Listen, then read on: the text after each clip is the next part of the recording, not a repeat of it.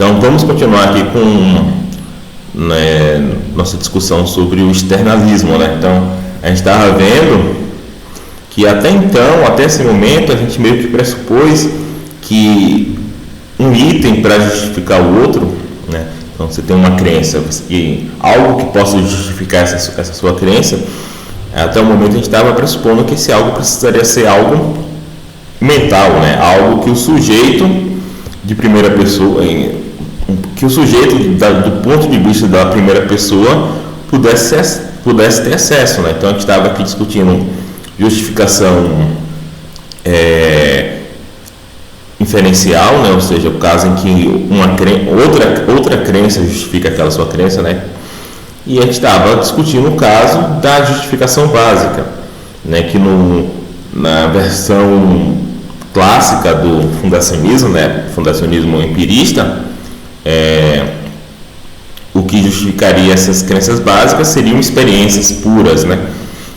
Então a experiência pura, por mais que ela seja de natureza diferente de uma crença, né? Porque a crença ela é essencialmente conceitual, né? Conceitualizada, uma crença, conteúdo de uma crença proposicional, ou seja, o conteúdo da crença é uma afirmação sobre o mundo e para tal precisa usar conceitos. A experiência básica seria desprovida de conceitos, mas ainda assim a experiência básica ela é um item mental, né? Então a gente ainda está com esse pressuposto que eu dei o nome de internalista, né? Eu dei não, né? A literatura deu o nome de internalista ou internalista, internista ou internalista. É a ideia de que um item, algo que possa justificar uma crença, precisa ser algo que do ponto de vista da primeira pessoa o sujeito tem acesso. E, no geral, as coisas que a gente tem acesso do ponto de vista da primeira pessoa são estados mentais, né? Então acaba sendo que uma justificação desse tipo de teoria acaba sendo acaba dependendo, pelo menos, de alguns estados mentais, né? Então, por mais que um coerentista possa dizer que o que justifica uma crença é fazer parte de um conjunto de crenças com determinada estrutura, né? Ou seja, com uma coerência alta, um coerentista que seja internalista, ele vai pensar que, olha só, não só a crença tem que estar nesse conjunto nessa estrutura coerente, mas o próprio sujeito ele tem que acreditar que essa crença está nessa estrutura, né? Então, mesmo no coerentismo, se ele for uma versão internalista, o sujeito ele tem que ter acesso ao item que está justificando a sua crença. No caso, a relação de coerência, mas é a relação de coerência da qual o sujeito tem a consciência, né? E a gente viu que década de 80, né, essa discussão sobre externalismo, quando eu entrei na filosofia, eu falei para vocês que eu sou formado em jornalismo, né? Quando eu entrei na filosofia lá no começo dos anos 2000, na primeira década dos anos 2000, ainda se discutia muito, né? Eu lembro que tinha congressos assim que as pessoas discutiam essas posições, internalismo, externalismo. Hoje em dia meio que já acalmou, porque as pessoas meio que aceitam o externalismo hoje em dia, no geral, né? É meio que a posição padrão. Mas ainda peguei uma época que não era, né? Era uma época que ainda era discutido. Então, você vê aqui, por exemplo, nesse slide tem uma citação do Goodman que é de 2000, né? Então não é algo tão distante. E os filósofos, quando a gente fala assim epistemologia, você tem epistemologia desde a antiguidade, tá? Então desde Platão, você tem discussões que tem a ver com epistemologia, né? Eu lembro que eu citei aqui para vocês o Teteto de Platão, é um diálogo sobre questões epistemológicas, né? Aristóteles tem Segundos Analíticos, é um texto epistemológico, apesar de que ali não está totalmente distinguido epistemologia e filosofia da ciência. Então você tem essa discussão desde sempre, né? Porém, essa discussão do modo como eu estou colocando aqui, né, com essa ideia bem clara de crença, de justificação, o que justifica o que, quais são as propriedades que algo precisa ter para justificar, é uma discussão do século XX, tá? Até antes disso, geralmente os filósofos assumiam muitas coisas que hoje em dia não são mais assumidas, né? Geralmente os filósofos assumiam o fundacionismo, então a maioria dos filósofos modernos são fundacionistas, apesar de que pode ter um ou outro coerentista, mas não se tinha clareza dessas distinções de maneira tão grande, né? Então, Descartes certamente é um fundacionista, só que Descartes, né, diferentemente do fundacionismo empirista que a gente estava vendo, em que as crenças básicas seriam crenças perceptivas, né? O fundacionismo de Descartes era um fundacionismo racionalista, né? Então a ideia seria que crenças básicas viriam da intuição pura, da razão pura, né? As crenças básicas seriam justificadas pelo processo reflexivo do sujeito, né? Então por isso que ele é um racionalista, porque as crenças básicas não vêm dos sentidos, né? Enquanto o empirista como Locke, como Berkeley, como Hume mais ou menos, como Kant, né? Kant também é mais complicado, mas os filósofos assumiam o fundacionismo geralmente, e certamente os filósofos assumiam o internalismo, tá? Então esses daqui são posições mais novas que vieram exatamente da tomada de consciência, por exemplo, em relação ao argumento do regresso. E aqui se viu que há uma posição mais explorada, essa ideia de que justificação talvez sejam, o que justificam a crença talvez sejam fatos sobre o mundo, né? Ou seja, fatos a partir dos quais, fatos acerca dos quais o sujeito não necessariamente tenha acesso, tá? Então, um externalista ele pode pensar muito bem que você tem uma justificação reflexiva sobre suas crenças. É um sujeito bastante reflexivo, ele reflete sobre suas crenças, ele pode realmente ter acesso à justificação, entender, por exemplo, que o processo perceptivo é confiável por algum tipo de raciocínio ou argumento, entender que, sei lá, que tal processo é confiável, tal processo não é. E no caso da psicologia, né? A psicologia é isso, né? A psicologia estuda processos mentais. Então o sujeito ele pode fazer psicologia, pode entender como é que funciona a mente e ter acesso a isso. Mas, e isso é o que o externalista questiona, ter esse processo reflexivo sobre suas próprias crenças não é isso que justifica suas crenças, mas simplesmente características objetivas das suas crenças ou do modo como elas são formadas, né? E a gente viu uma versão muito difundida do externalismo, que é o confiabilismo. É a ideia de que o que justifica uma crença é o fato dela ter sido formada por um processo confiável, tá? Então é uma ideia até bastante intuitiva, né? Então o ponto aqui assim, um internalista ele pode aceitar que o fato de uma crença ser formada em processo confiável justifica aquela crença. Porém, o internalista ele vai exigir que o sujeito tenha acesso a essa confiabilidade, ou seja, ele saiba que o processo é confiável, ou ele tenha razões para acreditar que o processo é confiável. Enquanto para o externalista, o que justifica não é a consciência que o sujeito tem do processo ser confiável, mas o simples fato do processo ser confiável, independentemente do sujeito ter acesso a essa confiabilidade ou não, tá? Então você tem outras, só que a gente viu que você tomar a confiabilidade como um fato que justifica um determinado crença, ela tem alguns problemas, né? Desses problemas é que não parece ter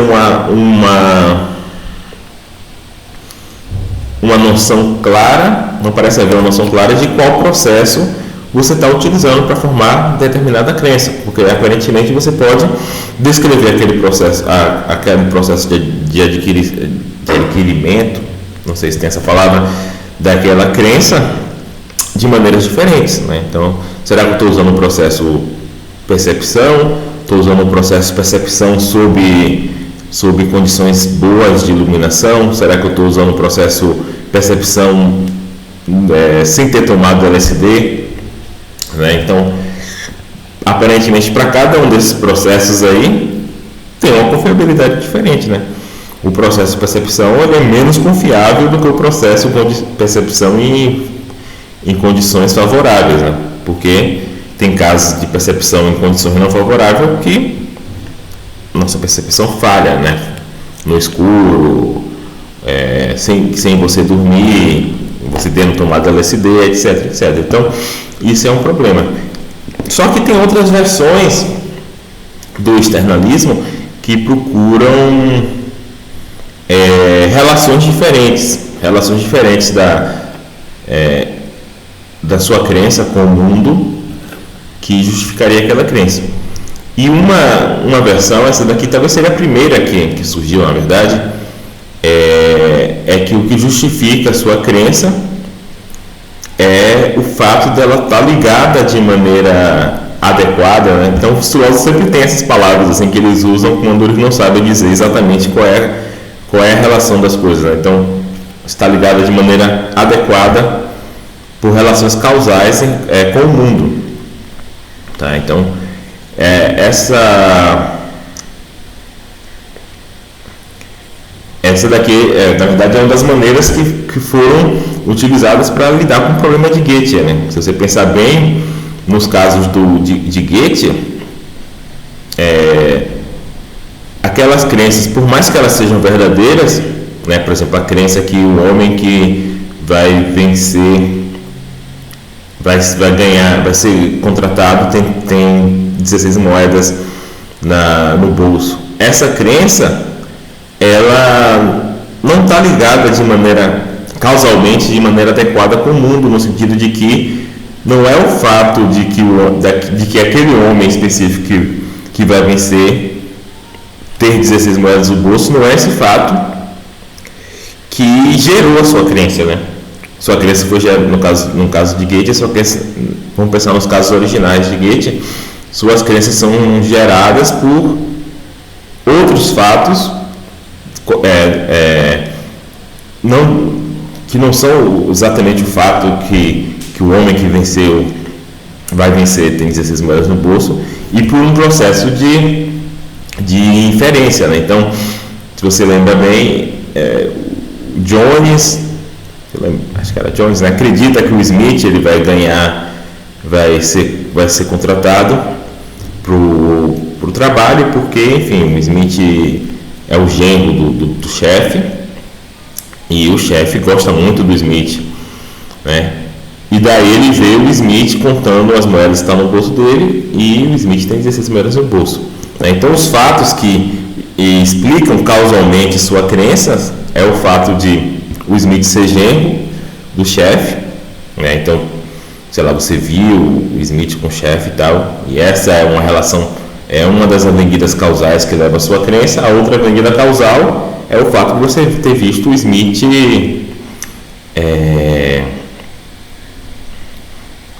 contando suas moedas, né? E a partir daí, como você acha que o Smith vai vencer e você acha que o Smith tem 16 moedas no bolso,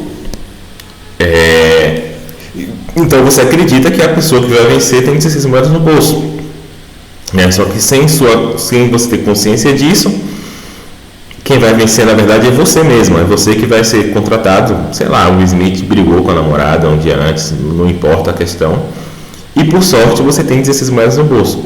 Então, um externalista que defenda que são relações causais que justificam, ele pode dizer, olha só, nesse caso aqui, ao contrário do que Goethe achou, você não tem justificação, porque o que justifica a sua crença seriam as relações causais com o mundo. Só que sua crença de que a pessoa que vai vencer tem 16 moedas no bolso, a história causal da sua crença, ela não justifica a sua crença, porque ela vem de uma história causal tortuosa. Não é o fato de que a pessoa que vai vencer tem 16 moedas no bolso que causou sua crença. né? Porque o fato de que a pessoa que vai vencer tem 16 moedas no bolso é o fato de que você tem 16 moedas no bolso, porque você é a pessoa que vai vencer. Só que sua crença, a história causal dela não está ligada a esse fato, né? Uma crença aí justificada seria se realmente você achasse que você ia vencer por algum motivo e você contasse suas moedas no seu bolso, né? Então, nesse caso, a história causal da sua crença estaria em consonância com o que torna a sua crença verdadeira, né? Então, a ideia aqui é que para que haja justificação, o motivo que torna a crença verdadeira, o fato que torna a crença verdadeira, precisa ser o mesmo fato que causou sua crença, né? E nos casos de Goethe, então, você teria o fato que torna a crença verdadeira é um e o fato que causou sua crença é outro, de modo que por isso você não teria justificação, né? Só que perceba, isso aqui precisa ser uma noção externalista de justificação, porque o que está diferenciando aqui uma crença da outra, uma crença como justificada e a outra como não justificada, não é o que o sujeito pensa, mas a história causal da crença, né? Então, se você pensar aquele outro exemplo que foi do filósofo indiano, que eu esqueci o nome agora, você está no deserto e você vê ali no horizonte o que parece ser água, né? Todo mundo que já viveu num lugar muito seco sabe que isso acontece, né? Você olha no horizonte, parece que tem água.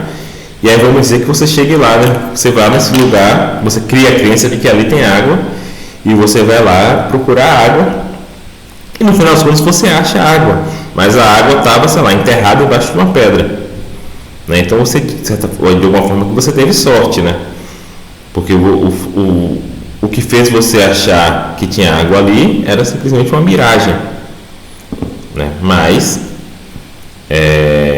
de fato tinha água ali, né? Então, para um internalista, se você pensar que crenças perceptivas justificam suas outras crenças, a princípio aí você teria a crença verdadeira justificada, né? Porque a sua crença é verdadeira porque realmente tinha água ali e ela é justificada pela sua percepção, né? Só que a princípio você não diria que essa pessoa tinha conhecimento, porque ela teve uma baita sorte aí só. No caso de um externalista que acha uma teoria externalista causal, o externalista ele pode dizer, olha, essa crença não é justificada, porque o fato que causou sua crença, ou seja, a história causal da sua crença, está relacionado a uma miragem, né? O que causou sua crença é um fato, sei lá, sobre a fisiologia do olho, em climas secos, etc, etc. É isso que causou sua crença. E o fato que torna a sua crença verdadeira é o fato de ter água embaixo da pedra. Como esses fatos são diferentes um do outro, então você, na verdade, não tinha justificação. Só que, de novo, perceba que isso daí é uma explicação externalista, porque é uma explicação sobre algo que justifica a sua crença que é externo ao indivíduo, é uma relação causal, né? Então, no primeiro caso, no externalismo confiabilista, a justificação está relacionada ao fato de um método, de uma faculdade ser confiável, ou seja, ela tender a produzir mais verdades do que falsidades, né? Então, perceba, aqui as únicas relações que eu estou apelando é proporção de crenças verdadeiras que saem daquele método, daquela faculdade, né? E isso é uma relação totalmente objetiva, né? Verdade é uma relação objetiva, tem a ver com relação das suas crenças com o mundo, e o fato de você estar usando a faculdade também é uma questão objetiva, e o fato daquela faculdade ter determinado grau de confiabilidade também é uma questão objetiva. E aqui também, porque aqui está dizendo que o que justifica uma crença são relações causais, que são relações que estão no mundo, independentemente de você ter consciência dessas relações ou não. E no primeiro caso também, independentemente de você ter consciência do grau de confiabilidade daquela faculdade, o sistema, o método, né? Mas aí você perceba, no caso do confiabilismo, só aqui eu citei três três diferentes versões do confiabilismo, porque você pode dizer que a confiabilidade é de um método, a confiabilidade é de um sistema cerebral, por exemplo, a confiabilidade é de uma faculdade, né? Então, cada um desses aqui pode atrelar a confiabilidade a coisas diferentes, né? E pode ser melhor ou pior para a teoria, né? Talvez para você atrelar a confiabilidade a um sistema, talvez sistemas são sistemas cerebrais, né? Sejam algo que a gente consiga dar uma caracterização objetiva sobre qual sistema você está usando, né? Aí você vai esperar os resultados da neurociência, da psicologia cognitiva, etc., para saber quais são os sistemas que a gente tem no cérebro, o sistema de memória, né? E você vai meio que esperar que as ciências, que os resultados empíricos te digam quais são os sistemas e quais são os limites de cada um desses sistemas. Se eu falar de faculdade, na faculdade da memória, aí você já está dando uma noção mais mentalista, né, da memória. A memória pode ser definida por uma função, talvez, e não pelo aparato cerebral, né? Então, nesse caso, talvez seja mais exato, no sentido de que você consegue dizer qual função você está falando, mas talvez caia naquele problema de você não ter uma distinção óbvia sobre quais são as funções cerebrais, e talvez você não tenha algum dado empírico para distinguir, tá? Então, só falando aqui de novo da teoria causal, o Goldman, né, foi o primeiro cara a propor essa teoria. Se eu não me engano, o Goldman propôs essa teoria causal, depois se encontrou alguns problemas com essa teoria, ou seja, casos em que a crença é causada da maneira correta, mas mesmo assim você não teria conhecimento, e daí o próprio Goldman ele migrou para a teoria confiabilista. Mas acho que a primeira reação dele foi essa teoria causal. Ele fala o seguinte: S sabe que P, se e somente se o fato de P estar causalmente relacionado, então S sabe que P, né, P é a proposição, por exemplo, está chovendo, se o fato de estar chovendo estiver causalmente relacionado de maneira adequada, né? Isso aqui é a palavrinha meio que mágica, né?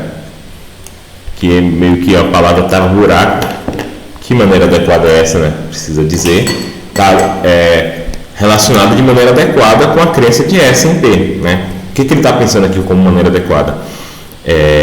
O fato de estar chovendo pode estar relacionado à minha crença porque eu vi que está chovendo, né? Então tem uma relação aí causal entre estar chovendo, a luz incidir sobre a chuva de determinada maneira, refletir na chuva, entrar nos meus olhos, causar determinadas reações no meu cérebro, etc, até formar essa crença que eu tenho consciente de que está chovendo, né? Então existe uma relação causal entre a crença, vamos dizer que o impulso cerebral chegou ao meu córtex frontal, daí eu formei a crença. Tem toda uma relação causal que ocorre dentro do meu cérebro, aqui, né, pelas áreas de visão, até a área V1, que é a primeira, né, vai para o meu nervo óptico, meu olho, etc., né, depois pela onda visual até chegar na própria chuva, né? Então, por isso eu sei que está chovendo, porque existe uma relação causal adequada entre o fato que está chovendo e minha crença, né? Ou, por exemplo, poderia ter formado a crença que está chovendo porque eu ouvi a chuva, né? Estou na sala assistindo televisão, estou a janela fechada, mas eu começo a ouvir o barulho de chuva, ou sentir o cheiro, né? Tem aquele cheiro de terra molhada, ou sentir o cheiro, ou ouvir o barulho, e daí, por minha crença que está chovendo, eu levantei para tirar as roupas do varal. Então, da mesma forma, aqui tem uma relação adequada, causalmente adequada, tem uma relação causal adequada entre o fato que está chovendo e minha crença, né? Foi o fato que está chovendo que causou a minha crença. E como é que seria uma relação causal inadequada, né? como dizer, por exemplo, que, sei lá, eu tenho um vizinho de cima que ele está pesquisando a possibilidade de fazer uma impressora de sons, ou de sons não, de cheiros, né? Eu estava vendo no Shark Tank esses dias um cara que tinha tipo as fragrâncias assim, ele misturava tinha uma tecnologia que misturava para formar o cheiro. E vamos dizer que toda vez que ele visse que está chovendo, ele por algum motivo ele colocasse lá o cheiro de terra molhada, né? E eu sentisse o cheiro de terra molhada, só que eu senti o cheiro que meu vizinho colocou. E daí eu formasse a crença que está chovendo. E talvez até estivesse chovendo, só que aí nesse caso seria uma relação causal inadequada, porque ela é uma relação causal deviante, né? Ela tem um desvio. Não é a própria chuva que causa a minha crença, mas é o fato do vizinho ter colocado aquele cheiro, né? E aí seria um caso em que eu não estaria justificado a crer que está chovendo, por mais que até estivesse, né?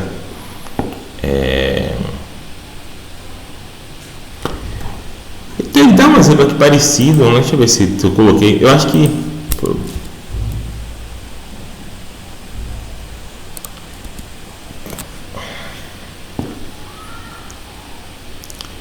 Tá, ele deu um exemplo parecido a esse que eu dei no livro, que foi. Vamos dizer que eu tô. Acho que ele dá esse exemplo para outra teoria, mas vale aqui também. Vamos dizer que eu esteja vendo o jogo do Brasil, né? E um segundo, vamos dizer que eu estava vendo o jogo do Brasil e eu vejo o gol de Neymar. E daí eu formo uma crença que o Neymar fez um gol, né? Então esse aí seria um caso de relação causal adequada, né?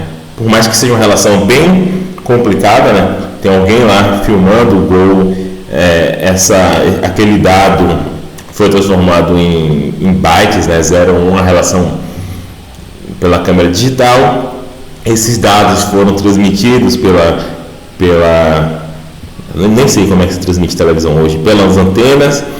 Meu receptor da televisão pegou esses dados, decodificou a imagem e eu vi o gol, né? Tudo isso de maneira bem rápida, mas ainda assim existe uma relação causal entre o fato de Neymar ter feito o gol lá no estádio, sei lá, que pode ser no Catar, bem longe, e minha crença de que ele fez o gol, né?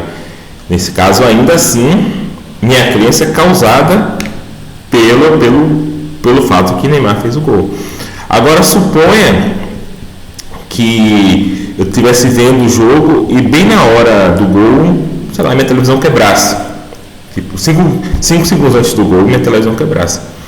E daí, eu estou vendo que está tendo a jogada, né? Alguém, sei lá, lançou a bola para o Neymar saiu correndo e aí minha televisão quebrou. E aí, daqui a uns 2 segundos, eu ouço gritos de comemoração, alguém batendo palma, gritando no andar de cima, né? Meu vizinho está fazendo isso. Se meu vizinho estiver fazendo isso, vendo o jogo da seleção, ainda assim minha crença está formada, minha crença tem uma relação causal com aquele fato. Mesmo, nesse caso eu saberia, né? Porque seria também de uma maneira bem intricada, né? Na verdade, tudo isso aconteceu, mas o sinal chegou na casa do meu vizinho bateu uma palma e eu inferi que a palma tinha a ver com o gol. Mas se meu vizinho ele não estivesse vendo o jogo naquele momento, mas ele estivesse vendo um filme do James Bond, que teve uma cena muito boa, muito vibrante, eles aplaudiram, etc. Então, nesse caso, por mais que de fato o Neymar tenha feito o gol e eu tenha formado essa crença, minha crença não está causalmente ligada ao gol. Minha crença está ligada, na verdade, ao filme de James Bond e ao meu vizinho gostar de James Bond, etc, etc.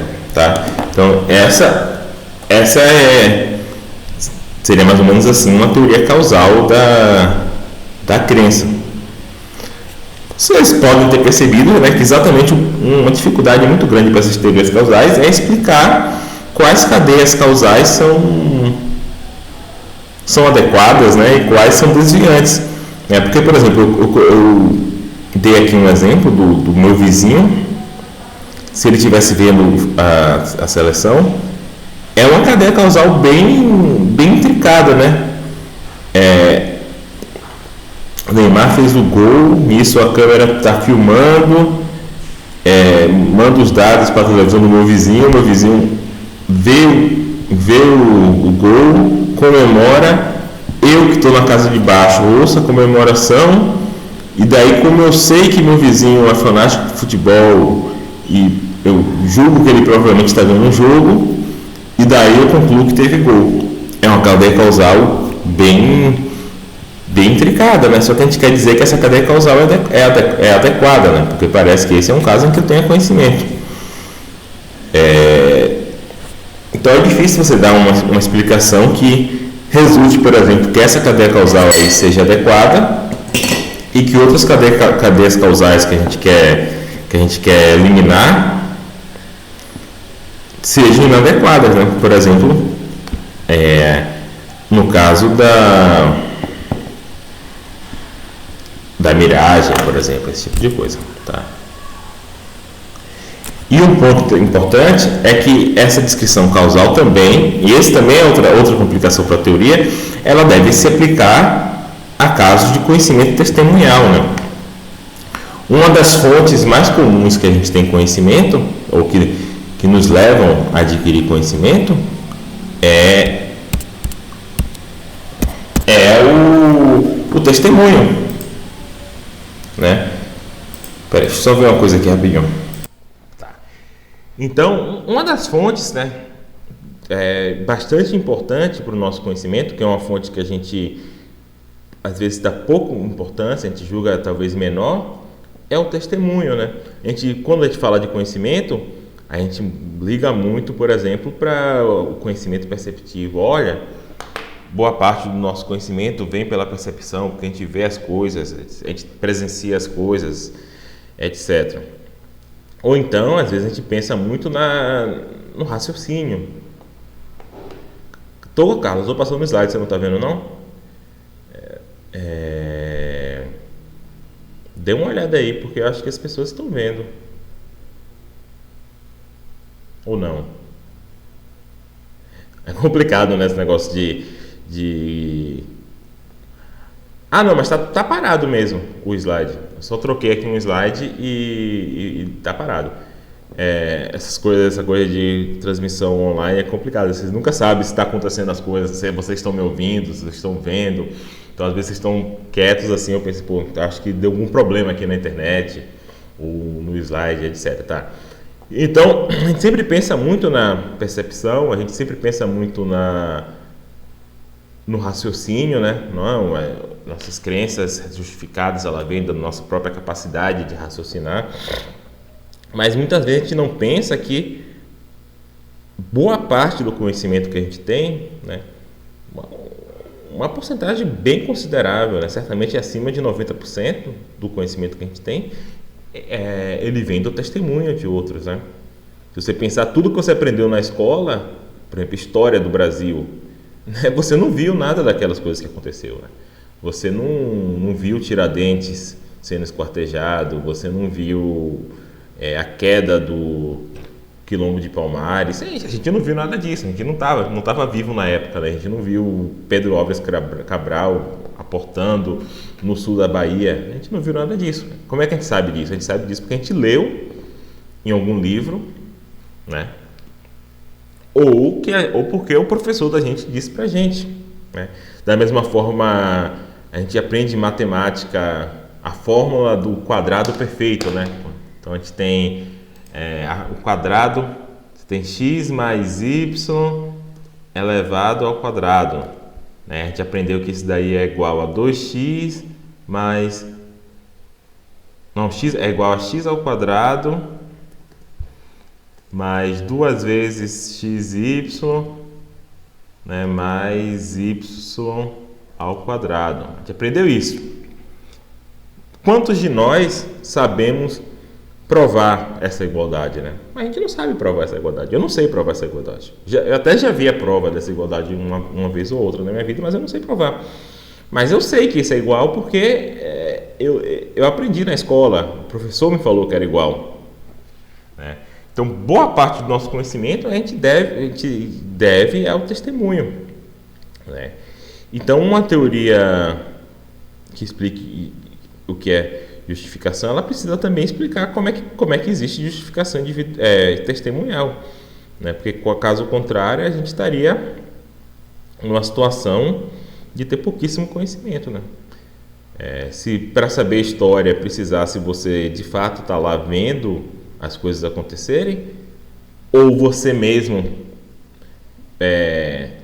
no mínimo, dependesse de você ter acesso perceptual aos vestígios daquela coisa, né? As consequências, os vestígios daquela coisa, que pode ser documentos ou sei lá, cerâmicas, etc., a gente teria muito pouco conhecimento, porque poucos de nós, então, provavelmente nenhum, viajou para a Grécia Antiga para ver, para escavar cerâmicas, ou poucos de nós tivemos acesso a documentos da época, né? Então a gente sabe disso porque muitas vezes a gente, pelo testemunho até de pessoas, de historiadores da época mesmo, né?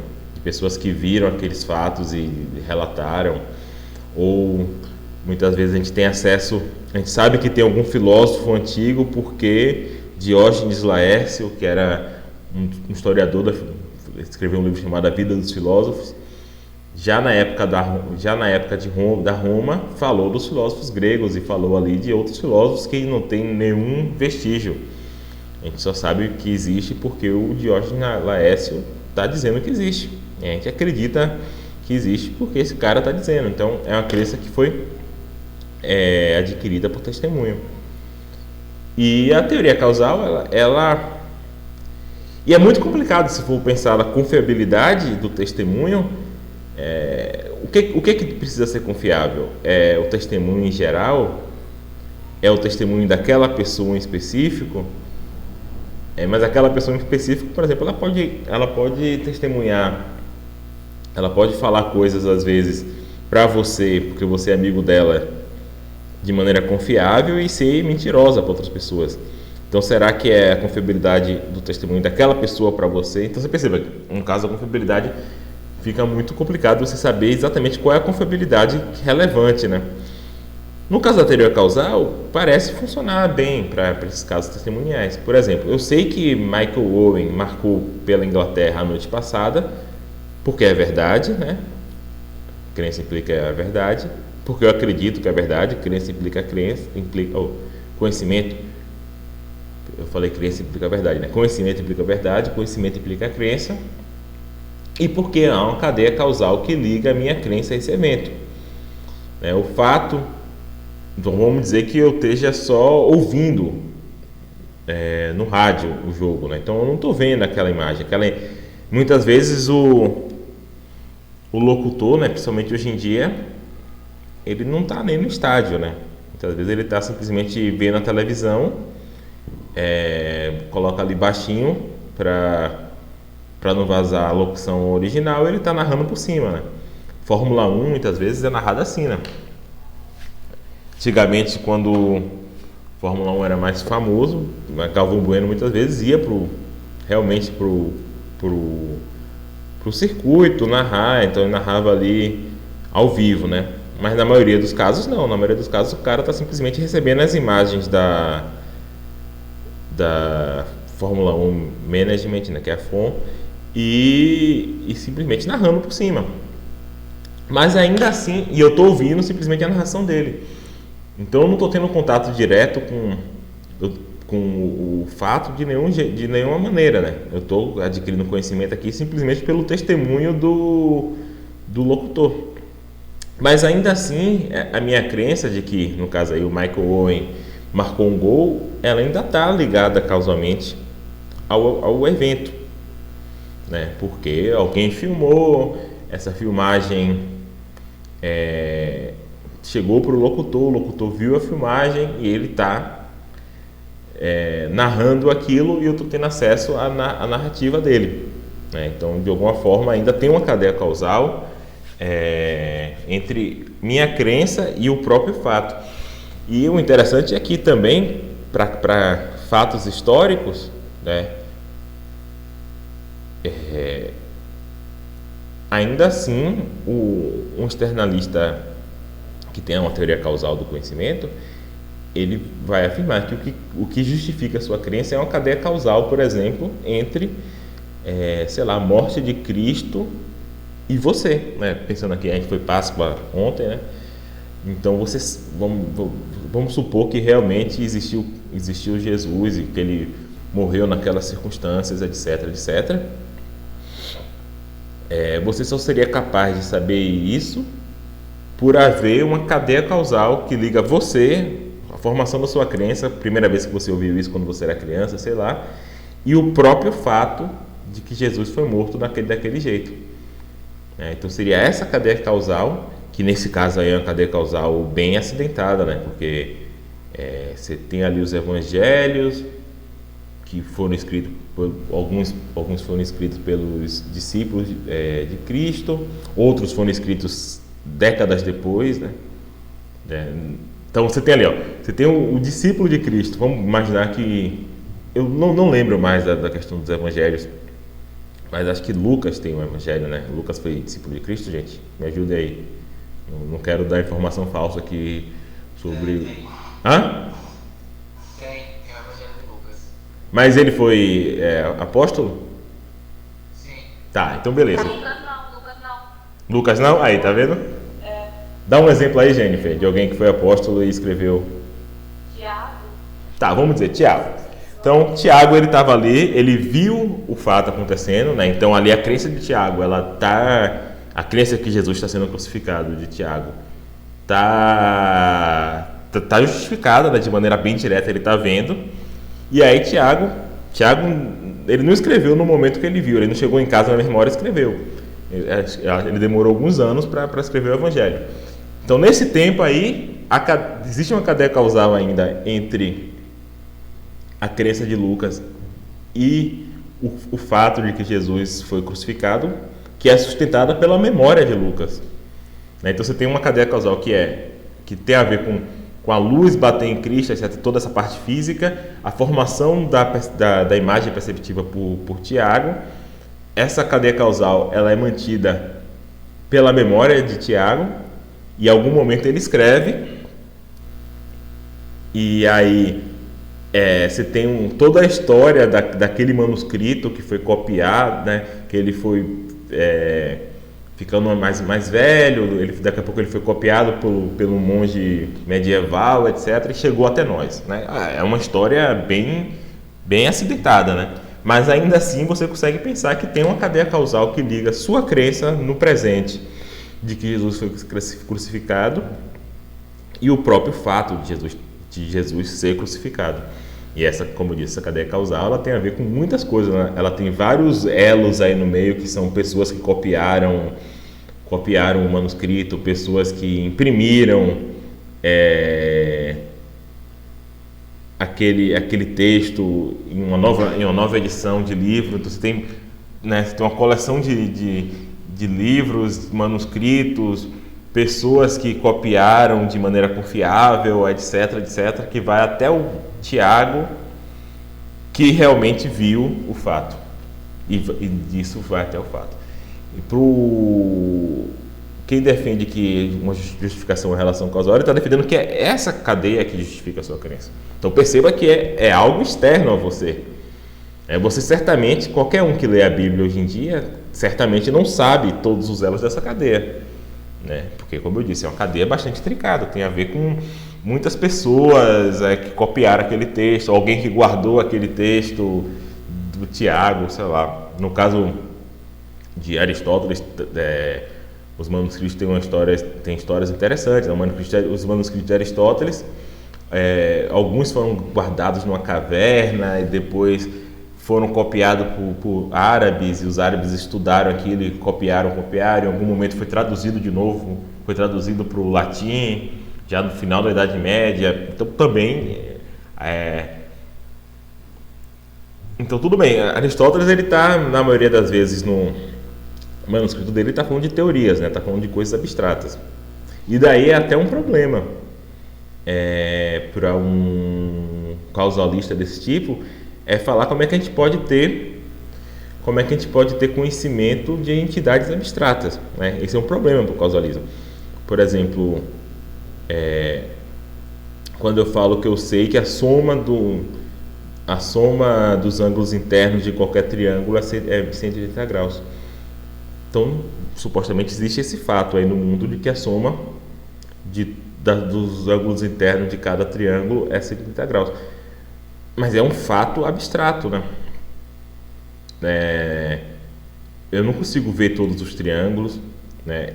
É uma relação interna ali entre triângulos que é complicado saber como é que isso pode me afetar causalmente, né? Como é que eu posso saber que, sei lá, qualquer fato matemático, né? O que é um fato matemático no mundo que possa causar minha crença?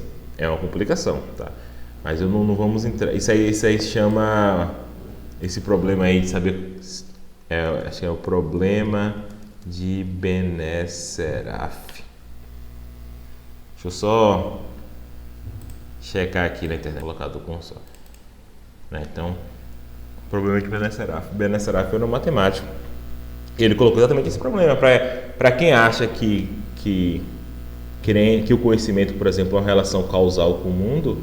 Você tem um problema de explicar nosso conhecimento matemático, por exemplo. Né? Não tem números no mundo. Né? Então, em que sentido fatos matemáticos, o fato de que 2 elevado à terceira é 8, em que sentido esse fato pode causar sua crença? Né? Então, esse é um problema para teorias causais. Mas as teorias causais, elas funcionam bem para esses casos de Goethe, etc. Deixa eu ver aqui. Outra teoria bastante interessante desse campo externalista é a teoria de rastreamento da verdade, né? Foi proposta por esse filósofo chamado Robert Nozick. Nozick é um cara que é um filósofo bom da década de 70, 80, 90, assim. E ele... eu gosto dele, né? Ele é um filósofo importante, mas eu tenho um pouco de raiva dele porque ele é um filósofo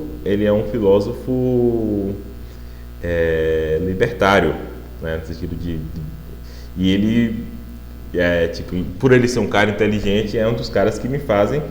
Ele tem um livro importante nessa área que é Estado, Anarquia e Liberdade. E ele tem argumentos que devem ser levados em consideração para o libertarianismo. Mas ele é um filósofo também, um epistemólogo que foi importante. Ele tem essa teoria do rastreamento da verdade. É a ideia de que conhecimento é crença verdadeira, mas é crença verdadeira que esteja ligada...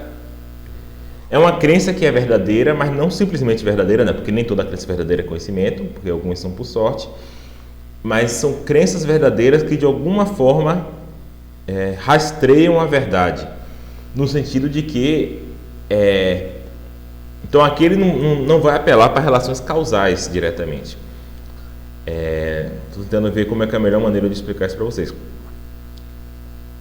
Uma ferramenta que se usa bastante em filosofia é a ideia de possibilidade, né? Então, vamos usando aqui um tipo de metáfora, vamos pensar que a gente tem esse mundo aqui, o mundo que é o mundo atual, o mundo real. Ele é um mundo possível, né? Porque as coisas que acontecem no mundo, elas são possíveis de acontecer, né? Se elas fossem impossíveis, elas não estariam acontecendo. Mas, a princípio, existem outros mundos possíveis, tá? Então, eu não estou falando aqui que existe de verdade esses mundos possíveis, tá? Estou dando só uma imagem. Sei lá, o mundo possível em que eu continuei no jornalismo. E aí, nesse mundo, eu fiz outras coisas que eu estou fazendo aqui nesse. Então, como seria possível que eu não tivesse saído do jornalismo?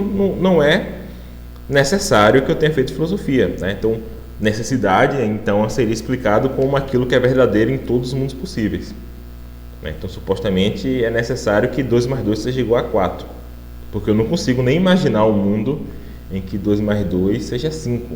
Né? Eu não consigo imaginar um mundo em que eu pegue 2 coisas numa mão, pegue 2 coisas na outra mão e quando bote junto assim, em vez de ter 4, tenha 5. Né? Teria que aparecer uma coisa a mais, né?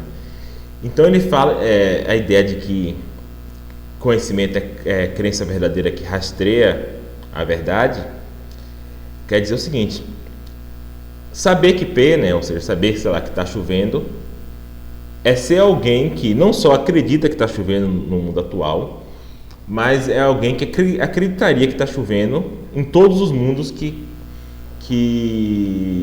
de fato está chovendo. E que não acreditaria que está chovendo nos mundos que não está. Ou pelo menos nos mundos possíveis mais próximos. Isso é uma questão. Assim. Não quero aqui entrar em semântica dos contrafactuais. O que ele está dizendo é o seguinte: eu acredito que está chovendo, e eu acredito que está chovendo porque eu estou vendo. Tá? No mundo possível próximo em que não está chovendo, eu não estou vendo que está chovendo, porque não está chovendo. Então, nesse mundo possível, eu não acredito que está chovendo. Né? Entendeu? Essa é a ideia. O modo como eu adquiro a crença nos mundos possíveis próximos em que aquela crença é verdadeira, eu continuo acreditando que aquela crença é verdadeira. E nos mundos possíveis próximos em que aquela crença é falsa, eu também não acredito que é falsa. Vou dar um exemplo. Tem mãe que toda viagem que o filho faz, ela fala que vai dar alguma merda na viagem, e que quando dá a merda ela fala assim: tá vendo, eu sabia que ia acontecer alguma coisa, sei lá, porque eu sonhei, etc. Mas na verdade ela fala isso toda a viagem, né? Então, nesse caso, mesmo que ela acerte que vai, sei lá, que vai acontecer alguma coisa na viagem, nessa teoria do Nozick, ela não saberia disso. Por quê? Porque ela acertou, tudo bem. Mas tem um mundo possível bem próximo, ou seja, que não difere muito do mundo atual, em que aquele acidente não aconteceu. Vamos dizer que o acidente aconteceu por uma falta de sorte muito grande. Então tem um mundo possível muito próximo em que aquele acidente não aconteceu. Mas nesse mundo possível, sua mãe ainda assim acharia que ia acontecer alguma coisa, porque ela simplesmente acha que vai acontecer alguma coisa em todas as viagens. Então por isso que ela não sabe, porque a crença dela ela é muito contingente, no sentido de que, na verdade, a crença dela não. A verdade da crença, o fato dela ter uma crença verdadeira é muito contingente, no sentido de que ele ocorre no mundo atual por alguma sorte, mas ele não se mantém nos mundos possíveis próximos, porque tem mundos possíveis que é aquilo dali em que a crença é falsa e mesmo assim ela continua tendo a crença. Tá? Então essa é a ideia. Então a ideia é que só temos conhecimento se as nossas crenças rastreiam a verdade em algum sentido. Isso é, se as nossas crenças são sensíveis a quando acontece que P e a quando não acontece. Então o modo como você forma a crença é sensível à verdade, né? Então essa ideia de contrafactuais aí, ela é para tentar pegar essa ideia de ser sensível à verdade, né? Então, sei lá, alguém que acredita em algo só porque tá no WhatsApp, ou porque alguém postou no WhatsApp. Vamos dizer que esse algo aí que ele acredita é verdade, mas ainda assim não seria conhecimento no sentido de que em um mundo possível em que aquilo não é verdade, alguém poderia ter colocado no WhatsApp de maneira muito fácil, porque aquele é um grupo em que se compartilha muita notícia falsa, e aquela pessoa ia acreditar da mesma maneira, certo? Então perceba a diferença. Alguém que acredita que um fato histórico aconteceu, vamos dizer, um historiador que teve acesso aos documentos, ele acredita que aquele fato histórico aconteceu porque, vamos pensar melhor ainda, porque ele viu o vestígio daquilo. O cara realmente ele foi lá em Auschwitz e ele viu as câmaras de gás e ele, sei lá, fez um teste nas paredes e achou vestígio de gás. Então essa crença daí ela rastreia bastante a verdade, porque nos mundos possíveis em que não houve o Holocausto, vamos dizer, um mundo possível em que o Holocausto é uma mentira, nesses mundos provavelmente não teria esses vestígios, né? A não ser que seja uma conspiração muito grande. Diga, Manuela. Professor, em esse filósofo, ele se baseia para dizer que existem mundos possíveis. É na física, na questão da teoria de Einstein, ou ele só será ensinando isso na possibilidade? Para que deu isso? Ó, tem filósofos, e novamente esse é outro caso em que talvez o número de filósofos seja um, mas pelo menos tem um filósofo muito importante que acredita que existem mundos possíveis, que é o David Lewis. Deixa eu pegar aqui. David Lewis depois procurei na internet, ele tem um barbão assim, ele tem uma cara bem engraçada. Foi um dos grandes filósofos do século XX. Ele realmente acredita que existem mundos possíveis e que eles são tão reais quanto o mundo atual. Tá? Então ele tem um argumento para isso. Não tem a ver com física nem nada, tem a ver com ser a melhor maneira para explicar várias coisas. Mas enfim, no geral, e a maneira que eu estou usando aqui é simplesmente de maneira metafórica. Né? Porque mesmo que a gente não acredite que realmente existam mundos possíveis, a gente fala coisas como, por exemplo, eu poderia ter feito isso. Né? E para não estar utilizando aqui esse vocabulário contrafactual o tempo todo, que às vezes ele é complicado de entender, eu estou usando essa metáfora dos mundos possíveis, tá? Mas eu estou usando como metáfora. Quando eu digo assim, eu estou usando só como uma questão de possibilidade. Como eu estou dizendo assim, existe um mundo possível em que eu não estudei jornalismo, eu não estou realmente dizendo que existe um mundo, existe né? Como é o nome que David Lewis dá para isso? Existe esqueci. Tipo, a pessoa que é equivalente a mim naquele mundo.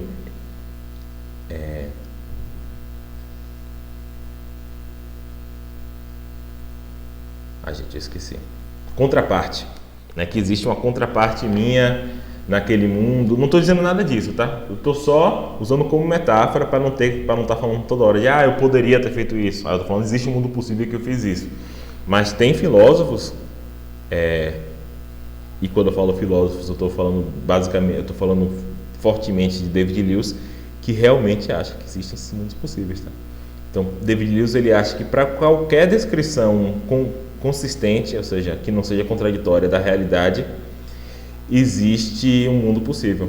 Né? Então, existe um mundo possível para David Lewis que é composto de jegues alados cor-de-rosa. Como eu consigo expressar essa possibilidade de maneira consistente, não parece haver nenhuma contradição nisso, ele acha que realmente existe esse mundo.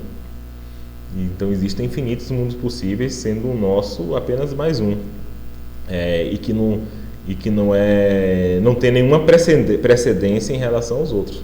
É tão real quanto todos os outros. Agora, obviamente, mas essa ideia não tem a ver com a física necessariamente, porque esses mundos possíveis seriam isolados um do outro, casualmente, né? E quando você, né, sem querer entrar em questões muito complicadas, né? Mas até pronto, o Marcos falou de Dark aí. Na física, na mecânica quântica, a mecânica quântica tem várias interpretações e tem uma delas que é a interpretação de muitos mundos, né? Então a ideia de que quando você tem um fenômeno quântico, em que aquela partícula, sei lá, ela pode estar com o spin para cima, o spin para baixo, sei lá, qualquer fenômeno quântico, a mecânica quântica ela só te dá uma probabilidade, né, da partícula estar de um jeito, estar de outro, e quando você observa, ela vai estar de um ou de outro, né? E aí muita gente, uma das interpretações disso é dizendo que realmente existe uma bifurcação aí. Quando você vai observar a partícula, uma versão sua observa a partícula de um jeito e outra versão sua observa a partícula de outro. E daí você tem tipo um emaranhado de linhas temporais, etc. O que David Lewis está falando de mundos possíveis não é isso. tá? Porque essas linhas temporais, elas interagem uma com a outra, né? É o fato de você ter observado que meio que gerou essa bipartição, né? Para David Lewis, todos esses, vamos dizer, esses muitos mundos da mecânica quântica interpretada de determinada maneira fariam parte de um mundo possível só, que é o nosso, tá? E aí você teria outros mundos possíveis com outras entidades, talvez outras leis da física. É questionável se esses mundos são realmente possíveis, mas etc. Diga, Manuel. Só uma dúvida que surgiu é se David Lewis tivesse certo, enfim, isso não iria interferir no fato, deixa eu ver como eu explico. Se ele tivesse certo, então a gente poderia dizer que não é possível chegar no conhecimento, sabe? Por quê? Porque eu fiquei pensando, né? Essa dúvida. Porque sempre vai haver várias possibilidades. Sempre vai haver várias coisas diferentes e tudo mais. Então, o conhecimento seria só o mundo que a gente vive, ou a gente iria viver uma explicação dos outros mundos possíveis diferentes? Então, o conhecimento implica a verdade, tá? E vamos supor que existem mundos possíveis. O conhecimento implica a verdade, né? Então, o conhecimento implica que sua crença seja verdadeira em relação ao mundo atual. Não depende que você tenha crenças sobre outros mundos possíveis. Porém, quando você tem dúvidas céticas, por exemplo, se você tem uma noção infalibilista de conhecimento então implicaria que você soubesse eliminar todas as possibilidades, né? E aí dependeria exatamente disso, de você conseguir dizer exatamente em qual mundo possível você está. E isso geralmente é impossível, né? A gente vai ver depois que nas reações em relação ao ceticismo, essa ideia de eliminação de alternativas, tá? Mas só repetindo, eu não estou falando aqui como se mundos possíveis existissem de verdade, tá? Estou usando só como metáfora. Mas só estou querendo dizer para vocês que tem filósofo que acha que realmente existe, tá? É porque essa discussão, essas questões modais, né? Quando um filósofo fala em modalidade, questões modais, geralmente está falando essas relações de possibilidade e necessidade. Elas são meio complicadas, né? Estou tentando explicar essa ideia aqui do Nozick. É a ideia de que uma crença, uma crença verdadeira, ela é conhecimento quando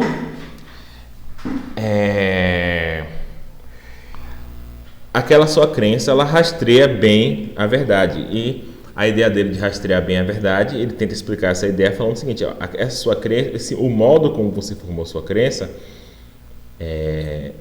se o mundo fosse diferente e esse fato fosse falso, você não teria essa crença. E em todo mundo possível próximo em que aquele fato é verdadeiro, você teria essa mesma crença, tá? Então, essa modo de explicar aqui, ele é um pouco diferente do modo causal, né? Mas ele também não é tão diferente, porque é interessante que quando a gente tenta explicar na filosofia da causalidade, uma das maneiras de explicar a causalidade, por exemplo, explicar como é que, né, a gente sempre ouve essa frase, correlação não implica causalidade, né? Então, correlação são duas variáveis que estão correlacionadas, ou seja, quando um aumenta, a outra aumenta, né? O exemplo clássico que se dá existe uma correlação no hemisfério norte, pelo menos, existe uma correlação entre quantidade de sorvete que é tomada e o número de assassinatos, né? Então, nas épocas do ano em que se toma mais sorvete, são as épocas do ano em que há mais assassinatos. E aí, geralmente se dá esse exemplo para falar, tá vendo? Correlação não implica causalidade, porque nesse caso, o que acontece é o seguinte: no verão as pessoas tomam mais sorvete e também no verão as pessoas saem mais de casa. e por isso a taxa de assassinato é maior. Então esses dois eventos eles são causados, eles são correlacionados porque eles têm uma causa em comum, mas não tem nada a ver com a quantidade de sorvete, não tem nenhuma relação de causalidade entre a quantidade de sorvete e a quantidade de assassinatos, né? Então você tem esse problema de explicar exatamente qual é a diferença entre correlação e causalidade. E uma maneira de explicar isso é exatamente utilizando essa ideia de possibilidade, de necessidade. Causalidade seria uma correlação que era de alguma forma resistente a diferentes mundos possíveis, né? Então, uma relação de correlação ela é a causalidade na medida em que em outros mundos possíveis, sei lá, em que o verão é diferente, etc, etc, ainda assim o sorvete tivesse relacionado ao assassinato.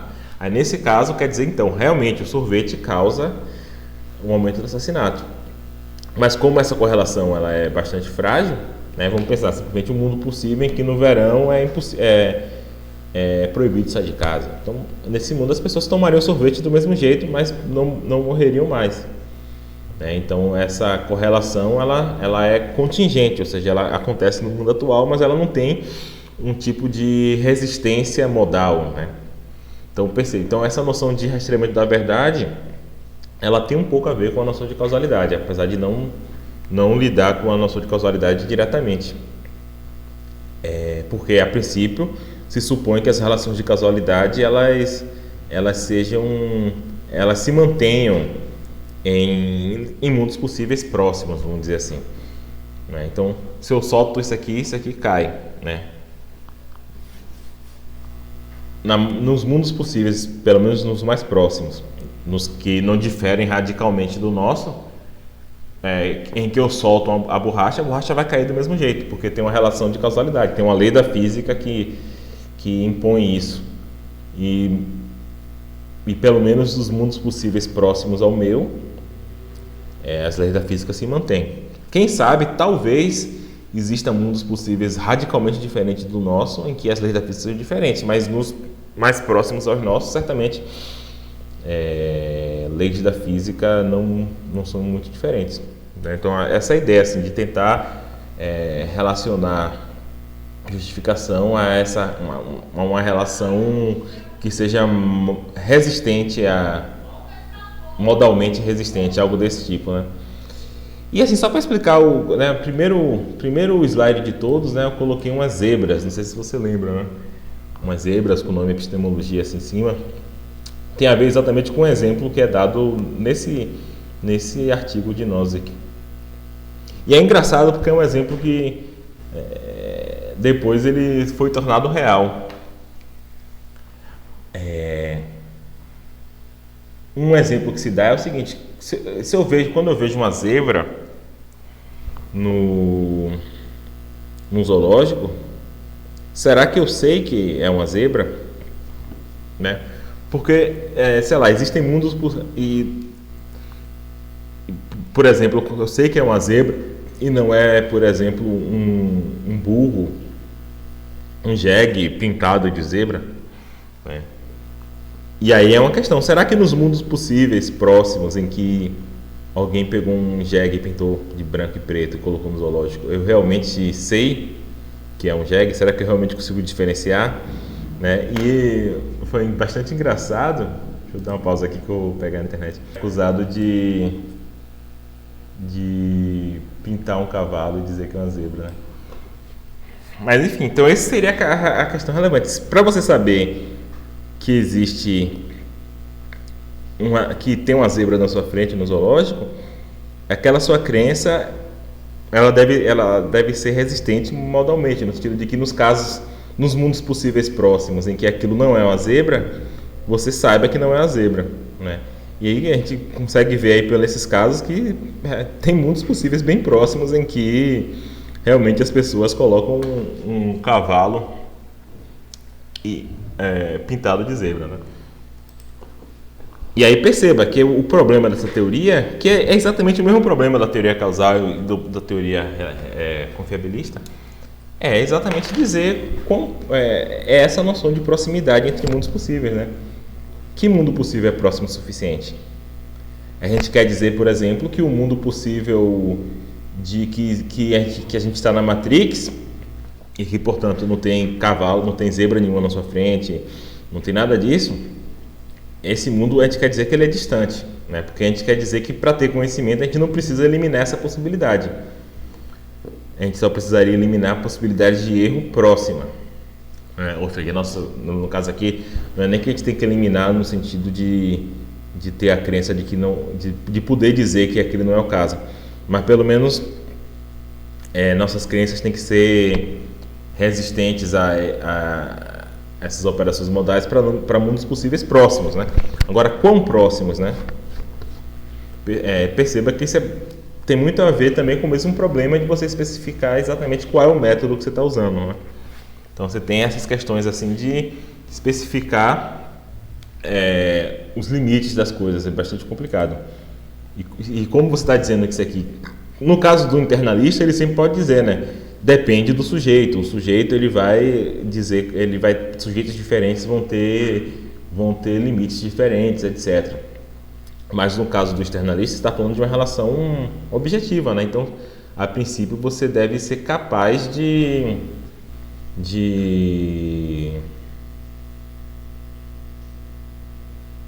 você deve ser capaz de dizer quando é que essa relação acontece ou não, né? Então perceba, no caso lá do gol, né? Na hora do gol de Neymar, minha televisão quebrou e eu ouço os gritos do vizinho, né? No caso, vamos pensar, no caso em que os vizinhos realmente estão vendo o jogo, nos mundos possíveis próximos em que Neymar perde o gol, eles não teriam gritado. Vocês concordam, né? Então vamos dizer que Neymar recebe a bola na frente do goleiro e na hora sua televisão pifa, você ouve o grito. Se seus vizinhos realmente estão vendo o jogo, no mundo possível próximo em que Neymar perde o gol, ou seja, em que a sua crença de que fez gol é falsa, seus vizinhos não comemoraram, né? Então, nesse sentido, sua crença ela é resistente, ela é modalmente resistente, porque nos mundos possíveis mais próximos em que Neymar perde o gol, você não acredita que Neymar perde o gol, né? Porque simplesmente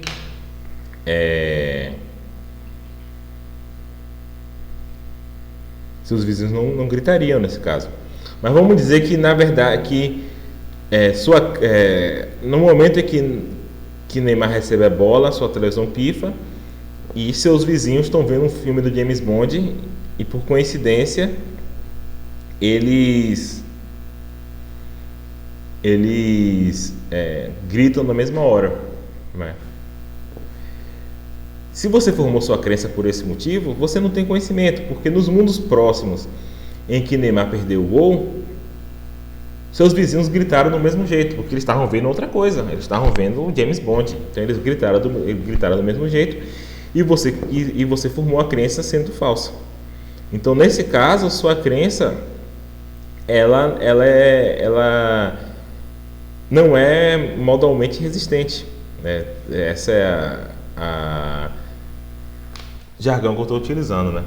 Não é modalmente resistente, porque seus vizinhos assistiriam, né, no mundo possível bem próximo do nosso, em que o chute de Neymar simplesmente foi alguns centímetros para a direita e saiu do gol, seus vizinhos continuam vendo o filme deles do mesmo jeito, né?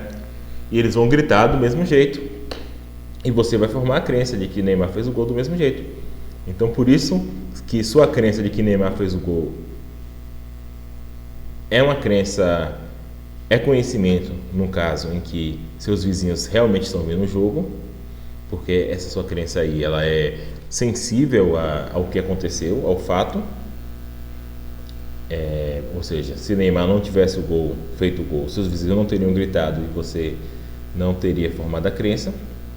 E sua crença, no caso em que seu vizinho está vendo outra coisa e você simplesmente confundiu, achou que eles estavam vendo o jogo, essa crença não é conhecimento, porque ela não está corretamente ligada ao fato, no sentido de que se Neymar tivesse perdido o gol, seu vizinho teria visto o jogo do mesmo, o filme dele do mesmo jeito, teria gritado do mesmo jeito e você teria formado a crença, tá? E aqui outro exemplo que satisfaz as condições de Nozick. Vamos dizer que eu acredito que estou com a dor no joelho porque eu senti a dor, né? Se eu não tivesse com a dor no joelho, eu não teria sentido a dor. Então, nesse caso, eu não teria formado a crença que eu estou com a dor no joelho. Ou seja, minha crença rastreia a verdade. E as condições de Nozick são satisfeitas. Tá? Alguns argumentos que apontam que são bons, alguns fatos e argumentos que favorecem o externismo, tá? Primeiro, é plausível que possamos saber que P, saber alguma coisa, sem que sejamos capazes de dar razões para isso. Eu tentei dar alguns exemplos aqui. O exemplo, por exemplo, dos caras que trabalham dizendo o sexo dos pintos. Eu dei exemplo aqui de animais não humanos, talvez se eles tiverem conhecimento, certamente é não reflexivo, eles não conseguem dar as razões porque que ele sabe que a ração dele está em tal lugar. Crianças muito pequenas, mas aqui também ele chama atenção para outro fato. Muito do que sabemos é fruto de uma aprendizagem por memorização, e muitos fatos são simplesmente acumulados sem qualquer dados que os sustentem. Então, nesses casos, a gente realmente não consegue dar um motivo. A gente não consegue dar um motivo para que o quadrado da soma de dois números seja o quadrado do primeiro, mas a gente não consegue dar um motivo para isso. E ainda assim a gente tem conhecimento simplesmente porque o professor disse para a gente, ou porque a gente leu no livro, etc. Segundo, há casos que envolvem informação esquecida. Eu posso ter aprendido na escola que Napoleão cometeu um erro estratégico nas guerras napoleônicas e ainda recordar desse fato. Mas eu posso não recordar de nenhum outro fato que explique esse fato, né? Então eu posso eu posso não lembrar de nada que possa justificar minha crença. Então eu adquiri essa crença, né? No momento que eu adquiri eu tinha justificação e portanto eu tinha conhecimento, e com o tempo eu não esqueci aquele fato, ou seja, eu continuo tendo a crença, mas eu esqueci o outro fato que eu usava para justificar. Nesse caso é questionável se eu ainda mantenho um conhecimento, né? Mas assim, muita gente diria que sim, né? Você ia falar assim, rapaz, eu sei que tal pessoa vai vir para a festa, eu só não lembro por quê. Né? Às vezes a gente tem essas situações em que você sabe algo e você não lembra mais por que você achou algo. Mas assim, você ainda assim tem convicção de que você tinha motivo para achar aquilo quando você formou aquela crença, mas você esqueceu quais eram os motivos. Né? E nesses casos, muitas vezes a gente quer atribuir conhecimento. E o externalismo explicaria esses casos melhor do que o internalismo. Porque o internalismo dependeria de você ter os motivos ainda, né? Numa concepção internalista em que você esqueceu os motivos que te fizeram a ter aquela crença, você perde a justificação, né? E, consequentemente, você perde o conhecimento.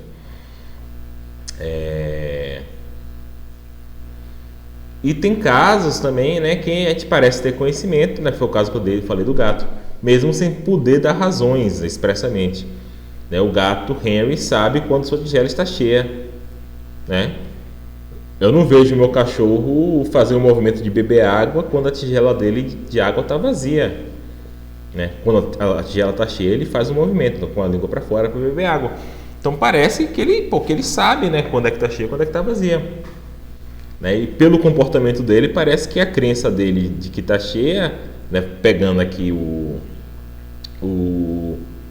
a teoria de Nozick, rastreia o fato de estar cheio ou estar vazia. Né? Sempre que está vazio, ele nunca faz o movimento. Ele nunca bota a língua para fora para pegar água, e sempre que está cheio, e sempre que ele faz o movimento, está cheia. né? Então parece que ele sabe, só que certamente ele não consegue ele não consegue refletir sobre os estados mentais dele para me dar uma razão de por que ele acha que está cheia, né? Da mesma forma, um bebê, ele sabe quando a mãe está próxima, ainda que nenhum deles possa justificar racionalmente seu conhecimento. Né? Então, as explicações falibilistas do conhecimento tornam-se tentadoras, porque se o sujeito tem um método confiável para recordar fatos históricos, ou a configuração do seu quarto, ou determinar a proximidade de sua mãe, ele poderá adquirir conhecimento, mesmo que ele não seja capaz de refletir sobre o método que ele utiliza, né? Então, o externalismo ele é uma posição tentadora porque ele consegue explicar esses casos, né? Casos em que você esqueceu os motivos que te levaram a ter determinada crença, mas ainda você se lembra de algo, e casos sobre, por exemplo, animais com capacidades cognitivas menores que a nossa, ou bebês, etc. Né? Só que a motivação mais forte para o externalismo é que uma perspectiva externalista pode resolver alguns dos problemas, de importantes problemas que a gente tem lidado até agora. Como, por exemplo, os problemas de Goethe, né? Eu até estou baixando aqui um pouco a iluminação porque minha bateria está terminando. Eu até falei aqui um pouco, né, de como, por exemplo, a teoria causal do conhecimento consegue lidar com os problemas de Goethe. Olha, nesse caso, o que torna a cadeia causal que te leva a ter a crença não é a cadeia causal que te leva a ter a crença, ela começa em um fato que não é o fato que torna a sua crença verdadeira, né? Então você consegue explicar qual é o problema nos casos de Goethe. Ou até mesmo se eu pegar a teoria de Nozick, né? Por exemplo, olha, a crença que o sujeito tem nos casos de Goethe é uma crença que não rastreia a verdade, né? Então ele acha que o cara que vai vencer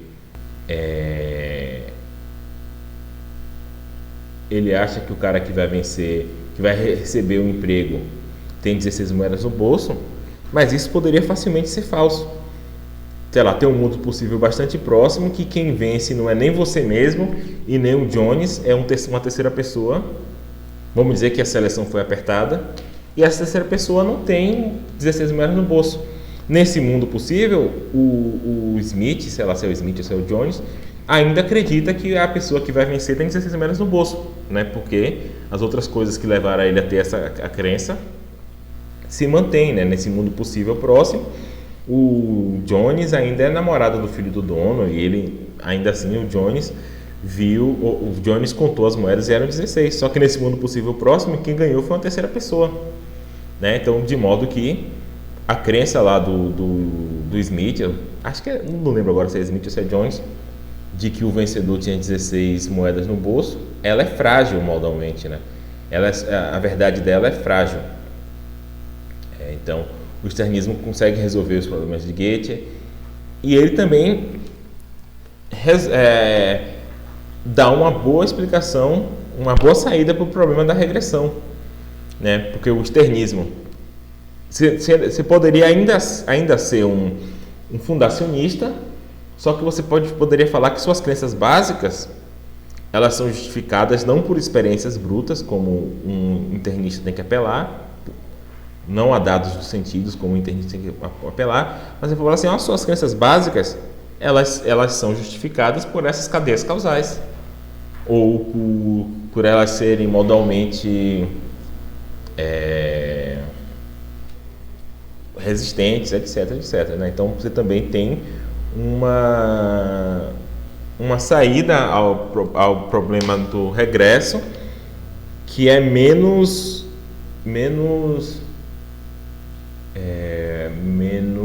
vulnerável aos problemas do fundacionismo tradicional, né? Você não está precisando dizer que existe experiência básica, que essa experiência básica é não conceitual, né? Você não precisa apelar a nada disso.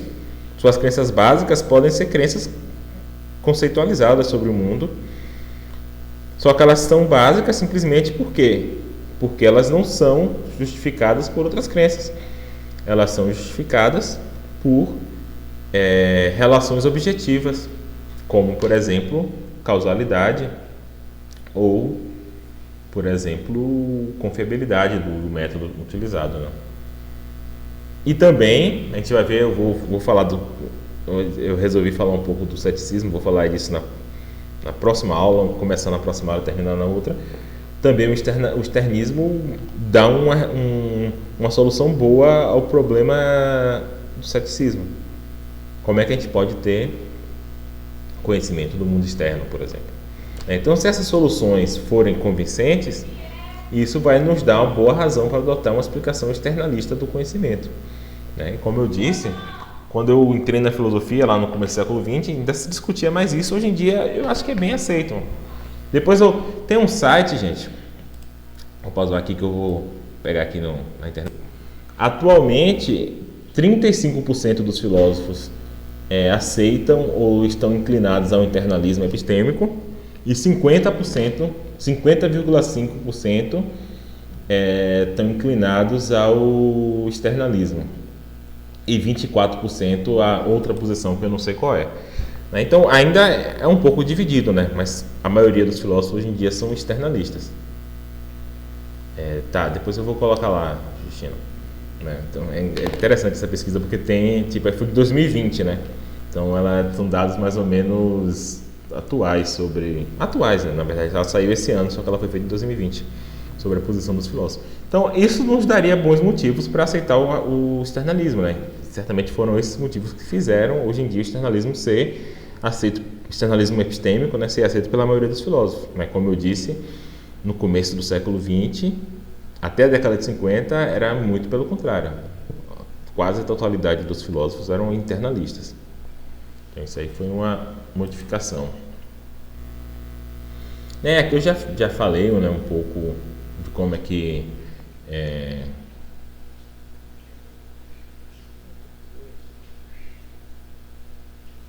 aqui no caso em que a pessoa está olhando, um caso de Goethe, né, em que a pessoa está olhando algo de longe que parece ser uma vaca,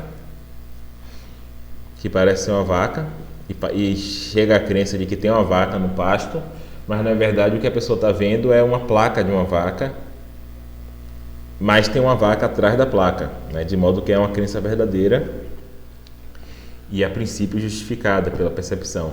Só que um teórico da causalidade vai dizer que isso não é conhecimento, realmente, porque o fato que causou sua crença não é o fato que torna ela verdadeira. O fato que torna ela verdadeira é a vaca que está atrás da placa. Só que o que causou sua crença foi a placa da vaca, né? Então, por haver essa discordância entre o que está causando sua crença e o que está tornando sua crença verdadeira, você não tem justificação, logo você não tem conhecimento, né? E a teoria do rastreamento também conduz a uma conclusão parecida. Por que minha crença acerca da vaca? Para que essa minha crença acerca da vaca resultasse em conhecimento, ela teria que rastrear a verdade. E para que isso acontecesse, eu teria que ter essa crença. Eu deveria não ter essa crença de que tem uma vaca no pasto se não tivesse uma vaca, realmente. Mas se a vaca não tivesse atrás da placa, eu veria a placa do mesmo jeito e formaria a crença de que tem uma vaca no pasto, né? De modo que minha crença ela não rastreia a verdade e por isso eu não tenho conhecimento, né? Então essas teorias elas parecem resolver esses problemas, né? Claro que a situação é mais complicada, tá? Tem outros casos de Goethe mais refinados que são problemáticos para essa teoria, tá?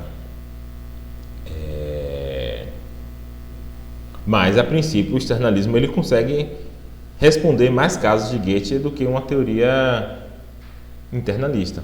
E da mesma forma eu posso falar aqui da justificação. Eu já falei também, né, do caso da regressão.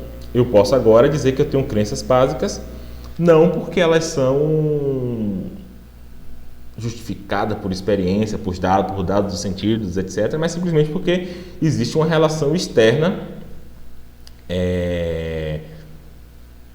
que justifica minhas crenças, tá?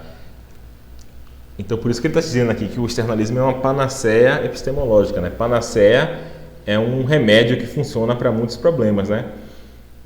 Então, assim, na próxima aula, então, eu vou parar por aqui. Na próxima aula, então, a gente vai começar aqui com argumentos contra o externalismo, tá? A gente vai ver alguns argumentos aqui e depois a gente vai falar um pouco do ceticismo, tá? E eu vou colocar daqui a pouco a questão da segunda avaliação lá no SIGA, tá bom, gente? Mas você já sabe, é isso mesmo, é que eu não vou mudar o tema, não. Então, a gente se vê, então, quarta-feira, tá, gente?